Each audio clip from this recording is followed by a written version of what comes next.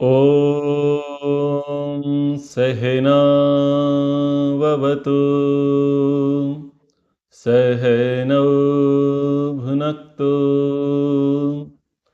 सह वीर्यं करवावहै तेजस्विनावधीतमस्तु मा विद्विषावहै। ओम शांति शांति शांति। मनुस्मृति के 9वें अध्याय का पाठ आज से आरंभ करते हैं। 8वें अध्याय में 15 विवाद के कारणों की चर्चा हो चुकी थी। 9वें अध्याय में शेष 4 विवादों की चर्चा आएगी और इसका जो प्रथम विवाद आरंभ होता है इसमें वो स्त्री पुरुष के धर्म संबंधी व्यवहार को लेकर के यहाँ पर आरंभ होता है और फिर एक प्रकार से यह गृहस्थ के लिए बड़ा ही महत्वपूर्ण अध्याय है। ठीक है, आया तो न्याय के संबंध में ही है पर गृहस्थ को ही एक प्रकार से समर्पित है, गृहस्थ को किस प्रकार से व्यवहार आदि करना चाहिए। तो आज की कक्षा के जो विषय हैं वह है कि छोटे से कुसंग से भी स्त्रियों की रक्षा करने का प्रयास करना चाहिए। परिवार की श्रेष्ठता संपन्नता किस पर निर्भर करती है? स्त्री पर निर्भर करती है। और स्त्री को जाया कब कहते हैं?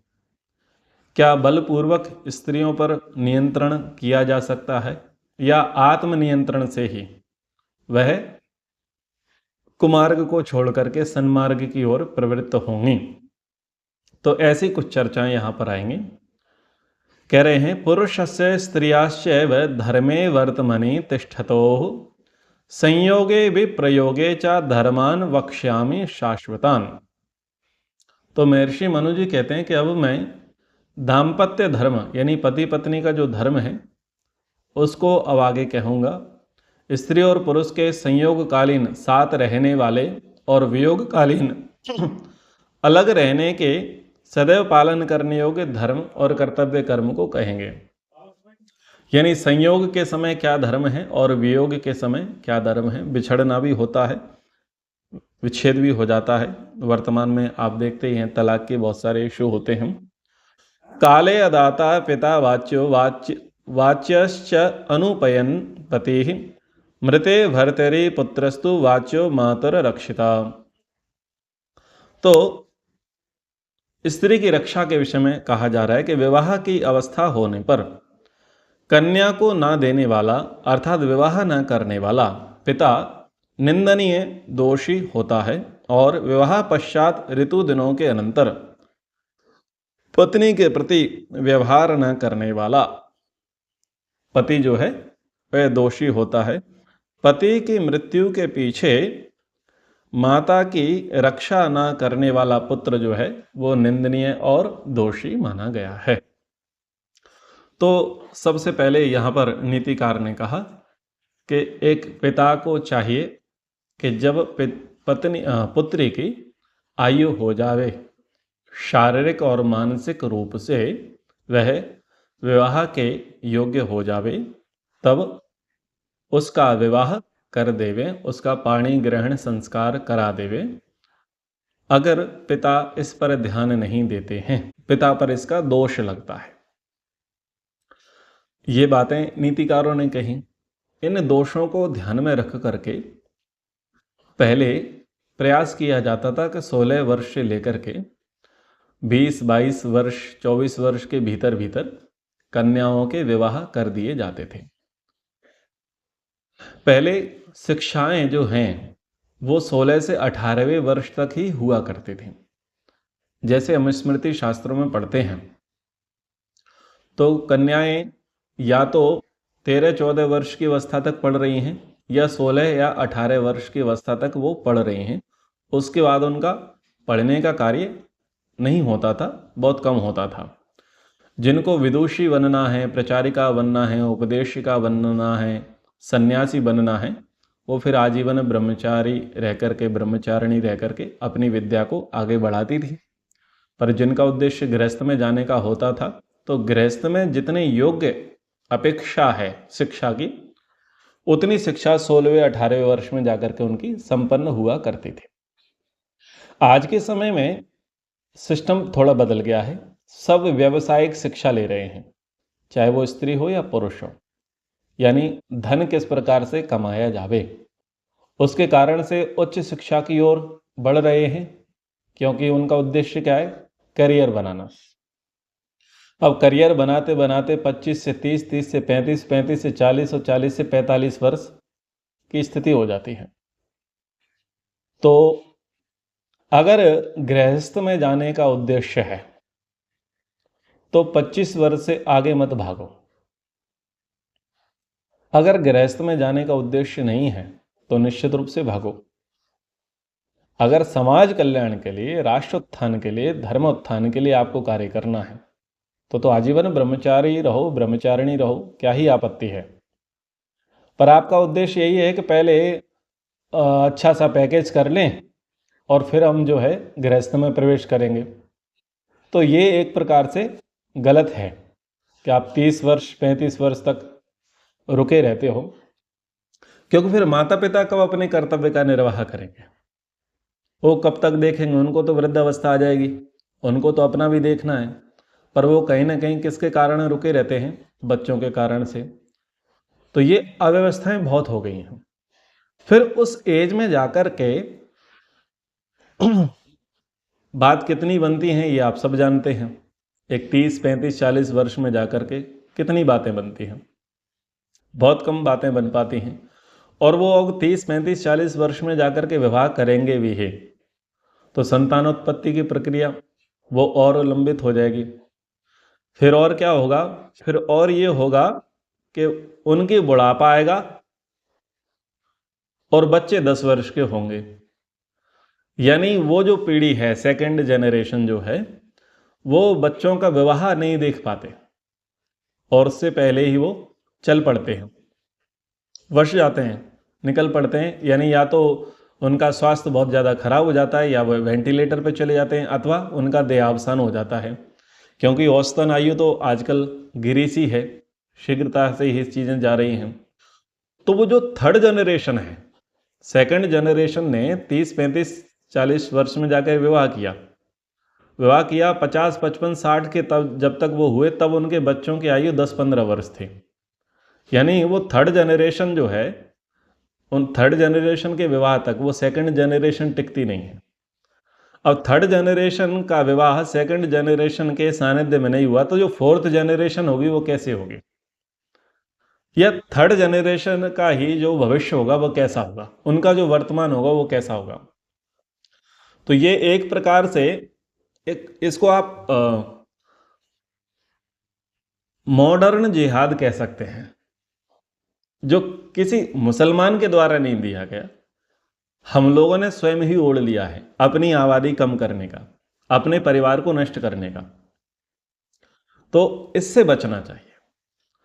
यहां पर जो बात कही है कि विवाह के योग्य कन्या हो गई है, शारीरिक और मानसिक रूप से वो उसके लिए तैयार है, लेकिन अगर माता पिता ध्यान नहीं देते तो फिर अगर उस कन्या के अंदर कोई कुसंग दोष आएगा तो उसका भागीदार कौन है? पिता होगा। इसलिए पिता को चाहिए कि वह समय के साथ विवाह करे। ये बात यहां पर कही। दूसरी बात जो यहां पर कही कि जब उसका विवाह हो जाता है तो सब प्रकार से उसको सुख देना, तन से, मन से, धन से, व्यवहार से सुख देना, इच्छाएं पूर्ति करना, इसकी जिम्मेदारी किसकी है? पति की है।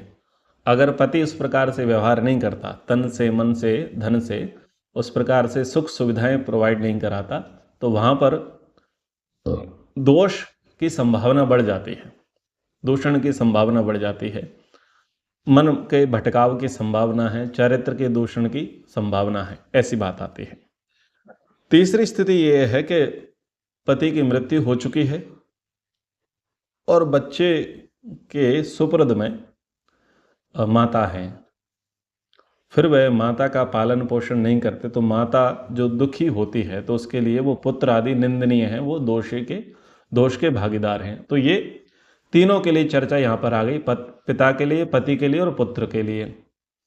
आगे, सूक्ष्मेभ्यो अपि प्रसंगेभ्य स्त्रियो रक्षा विशेषतः द्वयोर्हि कुलयोः शोकम आवहेयुः अरक्षिताः।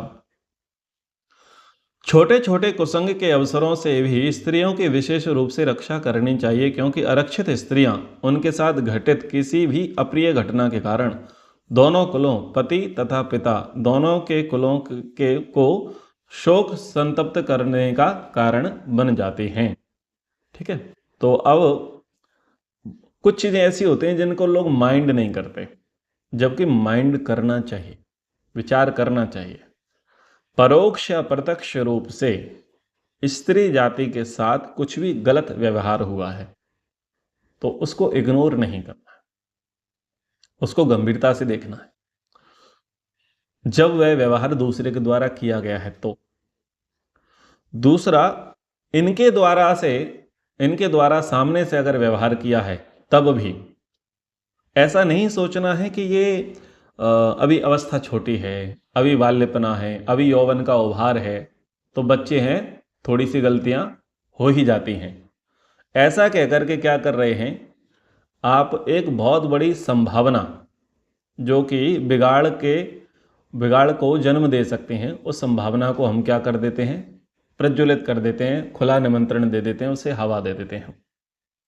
इसलिए प्रयास करना चाहिए कि 4-5 वर्ष की बच्ची से लेकर के और जितना यौवन काल है, प्रौढ़ावस्था है, वहाँ तक भी प्रयास करें कि कोई भी छोटा सा कुसंग स्त्री के साथ ना घटे, यानी स्त्री स्वयं सामने से जाकर के कुसंग में ना फंसे, अथवा स्त्री को कोई पुरुष या कोई बड़ी स्त्री कुसंग की ओर आमंत्रित ना करे।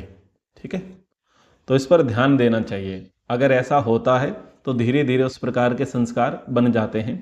आरंभ में चीज़ों को सहन कर लिया जाता है, फिर वो अच्छे लगने लग जाते हैं, फिर उसमें रुचि बन जाती है, फिर वह आदत बन जाती है और फिर वह महान दोष हो जाता है। इमं हि सर्ववर्णानां पश्यन्तो धर्मम उत्तमं यतन्ते रक्षितं भार्यां भर्तारो दुर्बला अपि। सब वर्णों के इस पूर्वोक्त धर्म को श्रेष्ठ समझते हुए शरीर, धन या सामर्थ्य से दुर्बल पति भी अपनी पत्नी के सम्मान की और कुसंगों से उसकी रक्षा के लिए यत्नशील रहते हैं। तो एक धर्म कहा है पति के लिए, पिता के लिए भी, पुत्र के लिए भी, क्योंकि तीनों है ना, तीनों जो नाम हैं पारक्षण धातु से बने हैं। तीनों नाम पति, पिता और पुत्र, इनका काम क्या है, रक्षा करना, पालन करना। मूल तो यही है। पिता क्या करेगा, पुत्री की या पुत्र का रक्षा करेगा, पालन करेगा। पति क्या करेगा, वो भी यही काम करेगी, रक्षा करेगा, पालन करेगा। पुत्र क्या करेगा, पुत्र भी यही करेगा, रक्षा करेगा, पालन करेगा। मूल में तो यही है, लेकिन धर्म व्यवहार अलग अलग हो जाते हैं। पिता और पुत्र पुत्री का धर्म अलग हो जाता है, पति और पति पत्नी का जो धर्म है वो अलग हो जाता है, पुत्र और माता पिता का धर्म अलग हो जाता है। पर मूल रूप में क्या है, मूल भावना क्या है, रक्षा, पालन, संरक्षण, यही होता है। तो यहाँ पर पति के लिए बात कही गई है कि पति चाहे शारीरिक रूप से कमजोर हो, ठीक है, या धन या सामर्थ्य का उसके पास अभाव हो, परंतु पत्नी की रक्षा करना, पत्नी के सम्मान की रक्षा करना उसका परम कर्तव्य है, परम धर्म है।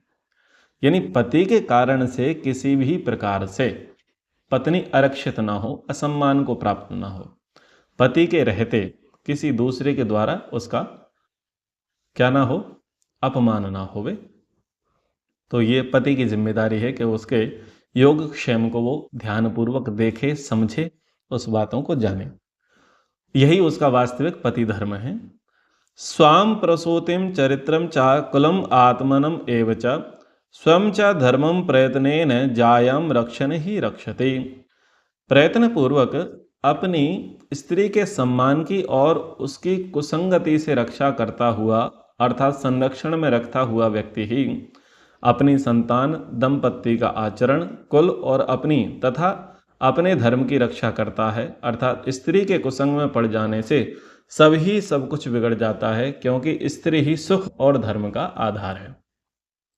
तो ये गृहस्थ के लिए बातें कही जा रही हैं कि प्रयत्न पूर्वक स्त्री के सम्मान की रक्षा पहले करनी है पति के द्वारा, कि कोई और व्यक्ति उसका अपमान ना करे, कोई तिरस्कार ना करे, कोई उसे कुसंग में ना लेकर के जावे, उसका सतीत्व बना रहे, उसका चरित्र बना रहे, उसका उत्तम स्वास्थ्य बना रहे, उसके मन में प्रसन्नता बनी रहे। इन सब की जिम्मेदारी किसकी है? पति की है।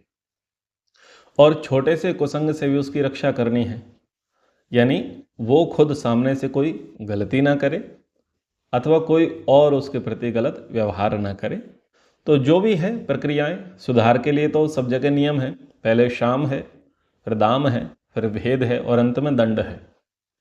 सुधार के तो यही नियम है, प्रेम से समझाओ इस पक्ष को भी उस पक्ष को भी, दाम से कुछ ले दे करके मामला खत्म करो, भेद से कुछ भेद दबा करके, कुछ नस दबा करके काम चलाओ, और अंत में सुधार नहीं होता तो दंड का प्रयोग है। बिना दंड के तो कोई सुधरता नहीं है। तो सुधारवादी दृष्टिकोण होवे। तो इस प्रकार से संरक्षण में रखता हुआ व्यक्ति ही अपनी संतान की रक्षा कर पाएगा। दंपत्ति के आचरण यानी पति पत्नी के आचरण की रक्षा हो सकेगी, कुल की रक्षा हो सकती और स्वयं की रक्षा हो सकती है, गृहस्थ धर्म की रक्षा हो सकती है, अन्यथा नहीं हो सकती। ठीक है। परिवार का आधार क्या है? परिवार का आधार स्त्री है। स्त्री बिगड़ी तो परिवार बिगड़ा। देखो, स्त्री और पुरुष जो है ना, ये ऐसे बने हैं जिनका परस्पर आकर्षण होता ही है। इनको अग्नि और घृत की उपमा दी गई है। ठीक है। और इनका स्वाभाविक आकर्षण है। स्त्री का जो व्यवहार है वो अति गुप्त होता है और पुरुष का जो व्यवहार है वो अति उदार होता है, यानी वो कम समय में अधिक प्रकट होने की इच्छा रखने वाला होता है। और स्त्री का व्यवहार जो है वो दीर्घ समय में भी कम प्रकट की इच्छा रखती है या अति अल्प प्रकट की इच्छा रखती है। तो उसको सुधारने वाला अगर कोई है, उसको सन्मार्ग में लेकर के जाने वाला कोई है पुरुष को, तो वो स्त्री ही है। वो स्त्री उसकी माँ भी है, उसकी बहन भी है, उसकी पुत्री भी है, उसकी मित्र भी है, उसकी पत्नी भी है। क्योंकि इन्हीं को स्त्री का रूप कहा जाता है। स्त्री का मतलब केवल पत्नी तो होता नहीं है। तो पुत्र जन्मा कहाँ से, यानी पुरुष जन्मा कहाँ से? वो तो स्त्री से जन्मा है। तो वो जो जननी है उसकी पहली जिम्मेदारी है कि ये जो पुरुष शरीर इसने प्राप्त किया है, तो ये तन मन से किस प्रकार से स्त्रियों का सम्मान करे। जिम्मेदारी वहां से शुरू होती है। फिर जिस बहन के साथ वो बड़ा होता है, उस बहन की जिम्मेदारी है कि भाई जो है किसी भी कन्या के साथ, सहेली के साथ, किसी के भी साथ गलत व्यवहार ना करे। होता क्या है, व्यवहारिक रूप से बहन भाई के इस प्रकार के व्यवहार को देख करके बड़ी प्रसन्न होती है कि भाई की कई प्रकार की सखियां हैं। लेकिन ठीक उसके विपरीत भाई बड़ा दुखी हो जाता है कि बहन की सखा क्यों है ना, पक्षपात, भेदभाव दोनों ही गलत है। एक का दुखी होना और एक का सुखी होना, क्यों? दोनों ही काम गलत है। विवाह से पूर्व किसी भी प्रकार का ऐसे संबंध रखना, सामान्य मित्रता अलग विषय है, पर विशेष मित्रता वाली स्थिति रखना, दोनों ही क्या है? गलत है। तो वहां पर कौन रक्षा करेगा? बहन रक्षा करे। बहुत जगह पर मीडिएटर कौन बनते हैं? बहन बनती हैं। भाई के दोषों को छुपाने वाली कौन होती है? बहन होती हैं। तो यहां भी कारण कौन बन गया है? बहन बन गई। और विवाह के बाद कारण कौन बना? स्त्री है। पत्नी को चाहिए कि वो पति का एक तिल मात्र भी अपराध को सहन ना करे, पति के व्यभिचार दोष को वो सहन ना करे। ठीक है। तो वहां पर धर्म मार्ग में चलाने की जिम्मेदारी किसकी है? स्त्री की। तो स्त्री ही ब्रह्मा है, स्त्री ही गुरु है और स्त्री ही माता है। इसलिए जिम्मेदारी तो उसी की है। ठीक है, चलिए। पतिर्भार्यां संप्रविश्य गर्भो भूत्वेव जायते, जायास्तद्धि जायत्वं यदस्यां जायते पुनः। तो जाया का लक्षण यहाँ पर कह रहे हैं, पति वीर्य बीज रूप में स्त्री के गर्भाशय में प्रवेश करके गर्भ बनकर फिर संतान रूप में संसार में उत्पन्न होता है। स्त्री का यही जायापन, स्त्रीपन है। जो इस स्त्री में संतान रूप में पति पुनः उत्पन्न होता है, अर्थात संतान को उत्पन्न करने वाली होने के कारण से स्त्री को जाया कहते हैं। तो जाया का यहाँ पर लक्षण दिया, जाया जन्म देने वाले। अगर वो जन्म देने में समर्थ है, वो अपना प्रतिरूप उत्पन्न करने में समर्थ है, तब ही उसको क्या कहेंगे, जाया। जैसा पति वैसी संतान। यादृशं भजते ही स्त्री सुतं सूते तथा विधम, तस्मात् प्रजा विशुद्ध्यर्थम स्त्रियं रक्षेत प्रयत्नतः। स्त्री जैसे पारिवारिक वातावरण या परिवेश में रहती हैं और जैसा पति का व्यवहार होता है, उसी प्रकार के संस्कारों वाली संतान को वह उत्पन्न करती है। इसलिए संतान की श्रेष्ठता के लिए प्रयत्न पूर्वक स्त्री को कुसंग और अप्रिय वातावरण से बचा करके रखें। यानी अगर संतान खराब हुई है तो उसका कारण स्त्री नहीं है। यहाँ पर स्त्री जैसे पारिवारिक वातावरण में रहेगी, यानी जैसा उसका ससुराल पक्ष होगा, वहाँ की जैसी कॉलोनी है, जैसे वहाँ के पड़ोसी हैं, जैसे निकट संबंधी हैं, जैसा उनके साथ व्यवहार, बोलचाल, खानपान आदि चलता है, और पति का पत्नी के प्रति जिस प्रकार का व्यवहार होता है, वैसे ही संतान की उत्पत्ति होती है। यदि आप चाहते हैं कि उत्तम संतान की प्राप्ति हो, तो दो चीजें ठीक करने की आवश्यकता है। पहला है पति पत्नी का परस्पर व्यवहार, और दूसरा है एटमॉस्फेयर, आसपास का व्यवहार, परिवार का व्यवहार, सोसाइटी का व्यवहार, पड़ोस का व्यवहार, जो रिश्ते नाते वाले हैं जिनके साथ अधिक मेलजोल है उनका व्यवहार। तो जितना प्रयास हो सके संतान की जैसी इच्छा हो वैसे अनुकूल वातावरण में जाकर के गर्भाधान किया करें, संतान को जन्म दिया करें।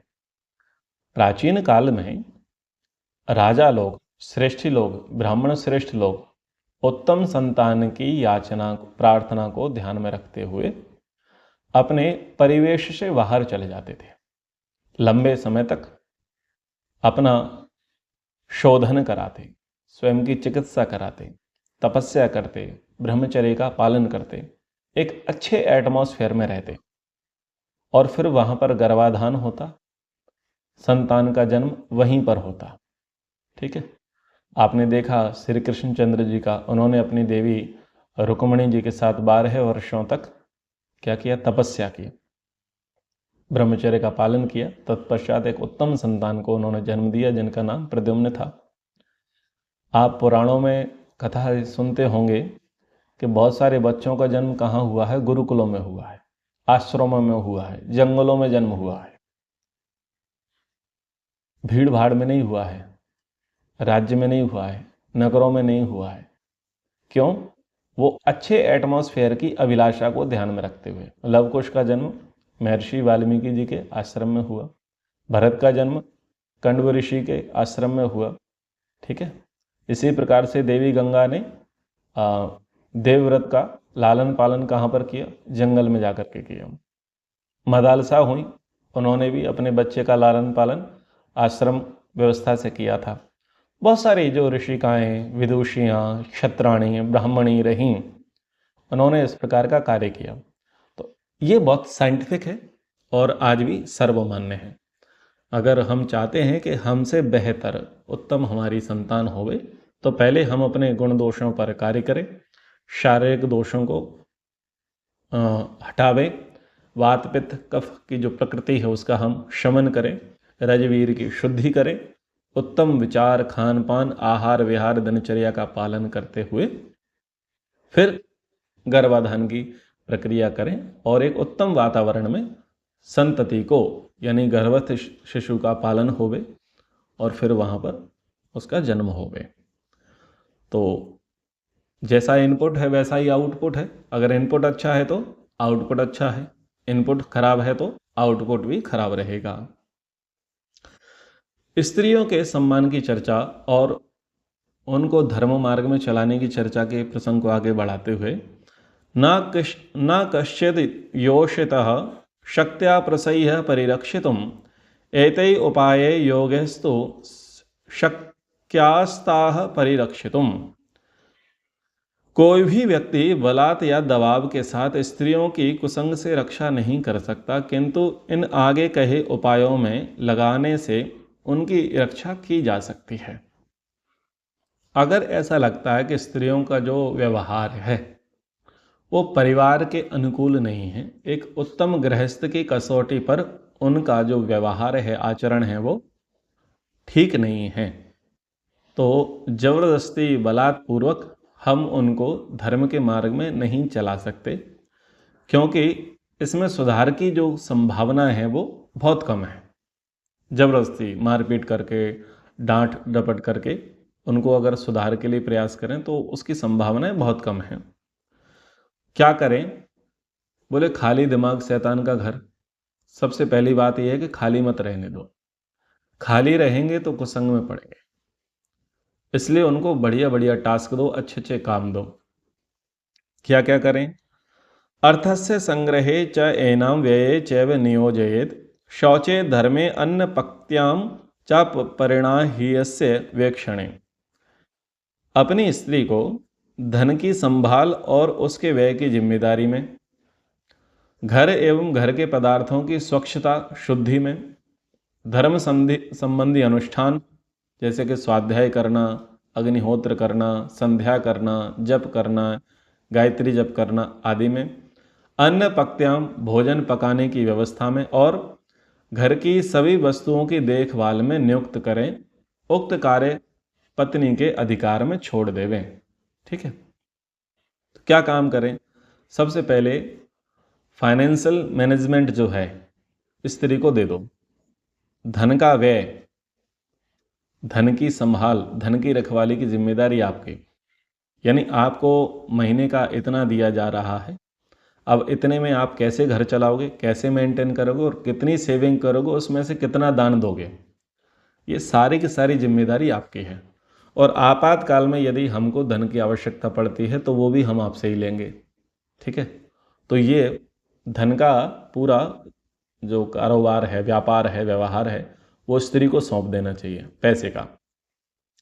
दूसरी, घर की जो शुद्धि है, शौच, आंतरिक और बाहरी, घर के भीतर की, घर के बाहर की, रसोई की, आंगन की, छत की, गार्डन की, सबकी, वो जिम्मेदारी किसको दे दी जावे? पत्नी की दे दी जावे, स्त्री की दे दी जावे। भाई आपका काम है। अब होता तो ये है कि जोमेटो और स्विगी ने सब काम खराब कर दिया है। देवी जी ये भी पर्स टांग करके और लंच बॉक्स लेकर के चल पड़ते हैं। देवता भी पर्स टांग करके वो अपना थोड़ा बड़ा पर्स टांग लेते हैं, लंच बॉक्स लेकर के ये भी चल देते हैं। कभी कभी लंच बॉक्स की आवश्यकता नहीं पड़ती, थोड़ा सा ब्रेड कटलेट लिया, ब्रेक करके फास्ट किया और चल पड़े। पर वहीं पर कैंटीन में और मेस में जा कर के थोड़ा सा सड़ा सा बासा सा गर्मा गर्म लजीज खा लिया, ऐसे काम चल गया। लौटते समय थोड़ा सा कचरा बच्चों के लिए भी ले आए। ठीक है ना? सुबह की दाल थी, शाम को फ्राई करके दी थी। 3 दिन की मैदा थी तैयार, 3 दिन की डबल ब्रेड थी, डबल रोटी थी, जो भी क्या क्या बोलते हैं पता नहीं है, सब सड़ा सा बासा सा ही लेकर के आ जाते हैं, गर्मा गर्म लजीज यम्मी टेस्टी, बच्चे भी खा के खुश। बोले मामला ही खत्म है, ज़्यादा किचन का रट्टा ही खत्म। तो कुछ ज़्यादा पढ़े लिखों की तो ये हालत है। कम पढ़े लिखों की हालत ये है कि उनसे मोबाइल नहीं छूटता। अब वो डब्बे में 2 महीने से दाल रखी है, उसमें कीड़े पड़ गए हैं। चावल रखे हैं 1.5-2 महीने से, कीड़े पड़ गए हैं।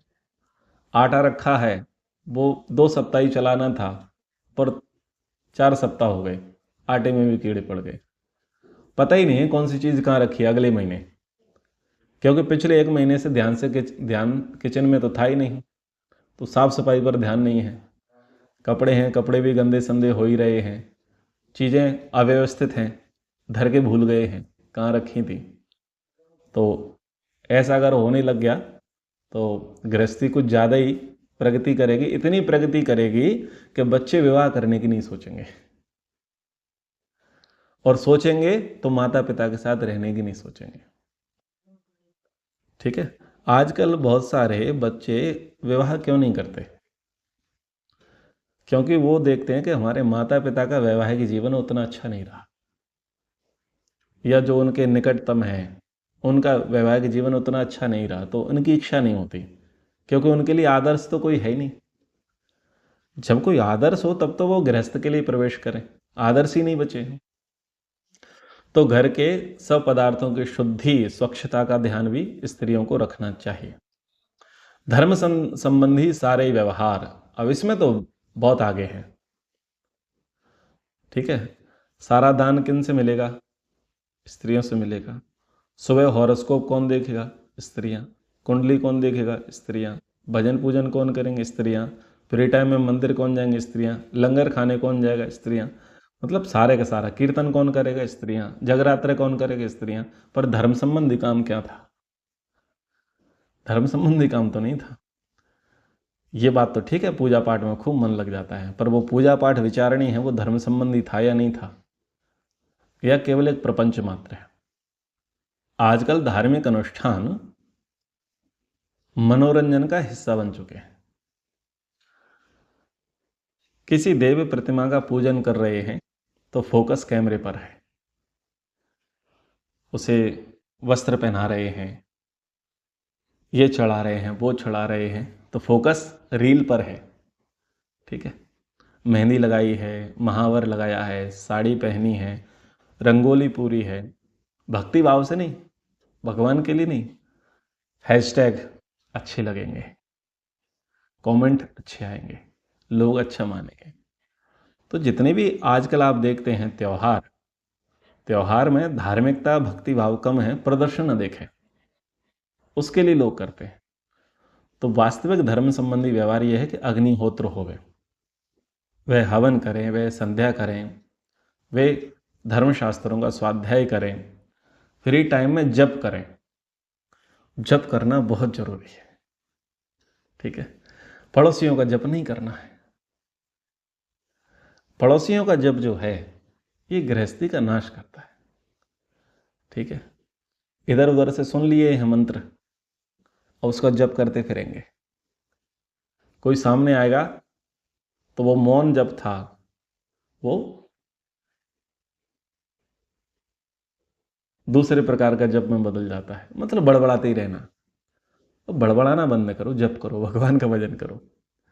थोड़ी सी बात प्रतिकूल हुई, थोड़ा सा किसी ने कुछ कह दिया कर दिया, तो जप शुरू, भुन्नाते हुए घुनघुनाते हुए कुछ ना कुछ मुंह में चल ही रहा है, गड़बड़ा ही रहे हैं।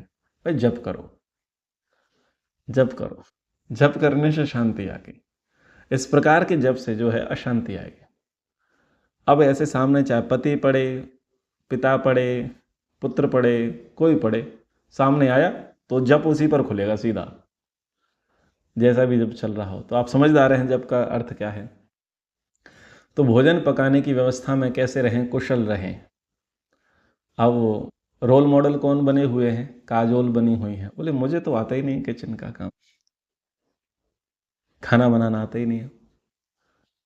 नेल पेंट खराब हो जाएंगे ना, ये नाखून साफ कर रखे हैं ना, वो खराब हो जाएंगे खाना बनाएंगे तो। खाना बनाने का काम नहीं है, भोजन में कुशल होना चाहिए। अब ऐसे तैसे तो बना लेते हैं, पर कोई अतिथि आ जाते हैं तो होटल संस्कृति अवेलेबल है। अच्छा बताइए आज आप क्या खाएंगे, आपकी पसंद का भोजन बनवाएंगे, बस ऑर्डर कर देंगे, आप बोलिए आ जाएगा पक्का। हमारे पास थोड़ा टाइम का अभाव है, ये नहीं कहते कि हम जानते ही नहीं बनाना, क्योंकि माँ जब सिखाती थी तब हमें सीखने में मन नहीं था। ऐसी स्थितियां हैं। तो घर की सभी वस्तुओं की देखभाल में उनको क्या करें, नियुक्त करें, तो काम रहेगा तो कुसंग नहीं रहेगा।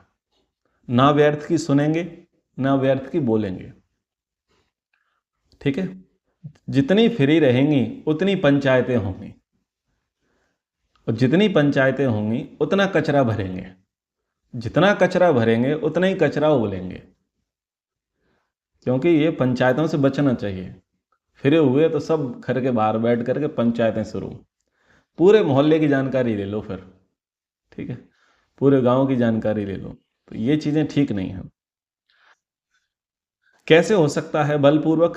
तो नहीं कर सकते, पर कैसे हो सकता है? अरक्षिता ग्रहे रुद्धा पुरुषै आप्तकारे भी आत्मानम आत्मना यास्तु रक्षेस्तु रक्षयुताः सुरक्षिताः। क्योंकि घनिष्ठ आज्ञाकर्ता पिता माता पति आदि द्वारा घर में बलात् रोक कर रखी हुई अर्थात निगरानी में रखी जाती हुई स्त्रियां भी असुरक्षित हैं, बुराइयों से बच नहीं पाती। किंतु जो तो अपनी रक्षा स्वयं अपने विवेक से करते हैं, वस्तुतः वे ही गलत कार्यों में ना पड़ करके सुरक्षित रहती हैं। यानी देखा कि बच्चों का पहले तो स्त्री तो एकदम स्त्री तो होती नहीं है, पहले वो बच्चे ही होते हैं।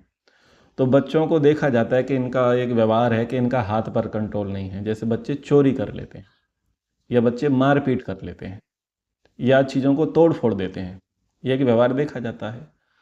फिर बच्चों में व्यवहार देखा जाता है कि वो झूठ बोल देते हैं, चुगली कर देते हैं, मूर्ख बनाने का काम करने लग जाते हैं, बच्चों में देखते हैं।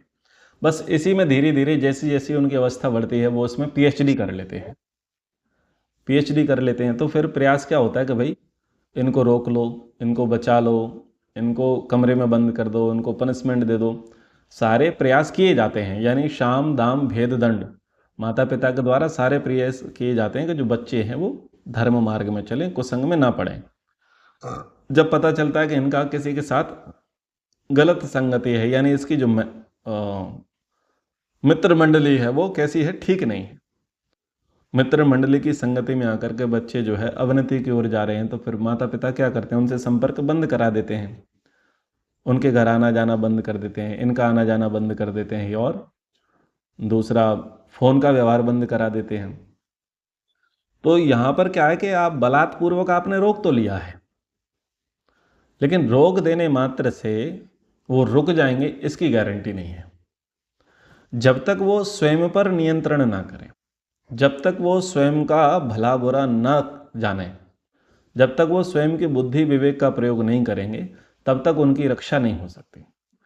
इसलिए चाहिए कि संतानों को भले बुरे का विवेक करावे, हर अच्छा हर बुरे की पहचान करावे। अच्छा है उसकी भी काउंसलिंग करो, बुरा है बुरे की भी काउंसलिंग करो। आप घर में बैठते हैं, बच्चे आपके साथ टीवी देखते हैं, मोबाइल चलाते हैं, आप दिखाओ जो दिखाना है, लेकिन उसको बीच बीच में पॉज करते हुए खुद समझाओ कि ये क्या मामला है। बच्चों को नहीं पता किस गाने का मतलब क्या है, इस सीरियल्स का मतलब क्या है, इस फिल्म का मतलब क्या है, इसका उद्देश्य क्या। वो तो एंटरटेनमेंट के लिए देख रहे हैं, वो अच्छा लग रहा है इसलिए देख रहे हैं, या गेम खेल रहे हैं, इसका मतलब क्या है, उन्हें तो नहीं पता ना, उनका बौद्धिक स्तर उतना नहीं है, परिपक्व नहीं है। तो फिर माता पिता की जिम्मेदारी है कि वो बड़े ध्यान से केयरफुली उनको बताएं ये सही है ये गलत है, इसका ये पर्पस है, इसका ये पर्पस है, इसके पीछे का ये विजन है। तो थोड़ा सा बड़ा सा हिस्ट्री का और फिलॉसफी का लेक्चर देने की आवश्यकता है। यानी माता पिता को उतनी समझ होनी चाहिए, तभी वो बच्चों को इस प्रकार से समझा सकते हैं। तब बच्चे भले बुरे को जान करके ही आत्मनियंत्रण कर सकते हैं, अन्यथा बच्चे आत्मनियंत्रण तो नहीं कर सकते। अब बहुत सारे माता पिता विवाह कार्यक्रम हैं और वहाँ पर डीजे बज रहा है, डीजे बज रहा है, डीजे पर जो गाने बज रहे हैं वो ऐसे लगते हैं जैसे कोई ठेका चल रहा हो, कोठा चल रहा हो, कोई पब में बैठे हों, कोई बार में बैठे हों। लेकिन किस कार्यक्रम में गए? विवाह संस्कार। वहाँ संस्कार जैसी तो कोई चीज़ नहीं है। अब माता पिता भी थिरक रहे हैं, बच्चे भी थिरक रहे हैं, तो बताओ बच्चों को क्या ही समझ में आने वाला है? वो समझ में ही नहीं आ रहा कि ये जो बज रहा है ये क्या है। तो पहले माता पिता तो सोचें कि हम किस कार्यक्रम में आए हैं और कैसे गीत कैसे संगीत यहाँ बज रहे हैं, ये आपको कैसे लग रहे हैं। तो जब आपको ये लगता है कि ये तो ठीक नहीं है, तो फिर आपको क्या चाहिए कि इसको बंद कराएं, ताकि बच्चों पर इसका उस प्रकार का प्रकार का प्रभाव ना पड़े। अब बच्चे गाना सीख जाते हैं हनी सिंह के, तो उनको भी लगता है कि ये तो ठीक नहीं है, तो फिर आप क्या करें, इसको बंद कराएं। ताकि बच्चों पर इसका उस प्रकार का प्रभाव ना पड़े। अब बच्चे गाना सीख जाते हैं हनी सिंह के, तो उनको भी लगता है कि ये तो ठीक नहीं है, तो फिर आप क्या करें, इसको बंद कराएं। ताकि बच्चों पर इसका उस प्रकार का प्रभाव ना पड़े। बादशाह के, किसी के भी सीख जाते हैं। ये जो नई लड़की है नेहा कक्कर, इसके गाने सीख जाते हैं, बच्चे गाते हैं, माता पिता बड़े प्रसन्न होते, वाह हमारा बच्चा गा लेता है। अरे तुम सुर तो देख रहे हो, सुर तो देख रहे हो, लिरिक्स तो देखो, लिरिक्स क्या है, वो बच्चा क्या गा रहा है। बच्चा थोड़ी ना जानता है कि मैं जो गा रहा हूं उसका मतलब क्या है, या जो हम स्टेप कर रहे हैं इनके क्या ही प्रभाव पड़ेंगे, वो थोड़ी ना जानता है। माता पिता की जिम्मेदारी है कि वो उन्हें बतावे। तो प्रयास ये है कि हम भले बुरे का विवेक करावें, बुद्धिपूर्वक बतावें, तर्क से, प्रमाण से, युक्त युक्त तरीके से बता देवें। फिर जब वो अपना विवेक लगाएंगे तो निश्चित रूप से वो आत्मनियंत्रण कर पाएंगे, समझ पाएंगे, जान पाएंगे। अगर व्यक्ति समझाने के स्थान पर, भले बुरे का विवेक कराने के स्थान पर भय के साथ, डर के साथ उसका लालन पालन करने का प्रयास करेगा, तो ये वैसा ही है कि पानी बहना चाहता है लेकिन पानी को जबरदस्ती रोक रखा है। तो पानी की प्रकृति बहने की है, तो वो कहीं ना कहीं क्या देखेगा, सुराख देख लेगा और वो बह जाएगा। तो बड़े बड़े परिवारों में भी जो बहुत अच्छे बाहर से दिखाई देते हैं, फेस रीडिंग करने वाले मात खा जाएं कि ये तो बड़े संस्कारी लड़के हैं, बड़े ही संस्कारी लड़की दिखते हैं, ड्रेस कोड से भी ना पहचान पाएं, लेकिन उसके विपरीत व्यवहार जो है देखा जाता है उन्हीं के अंदर। क्यों?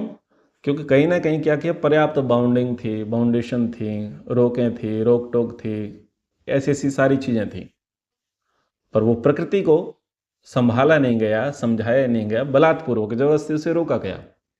तो कहीं ना कहीं छेद, कहीं ना कहीं सुराग देख ही लेते हैं, और फिर वो इतना बड़े बिगड़ते हैं जिन पर वो ना तो माता पिता विश्वास करते, ना पड़ोसी, ना रिश्तेदार विश्वास करते। तो उस सही तरीके से परवरिश ना करने का ये परिणाम निकल करके आता है।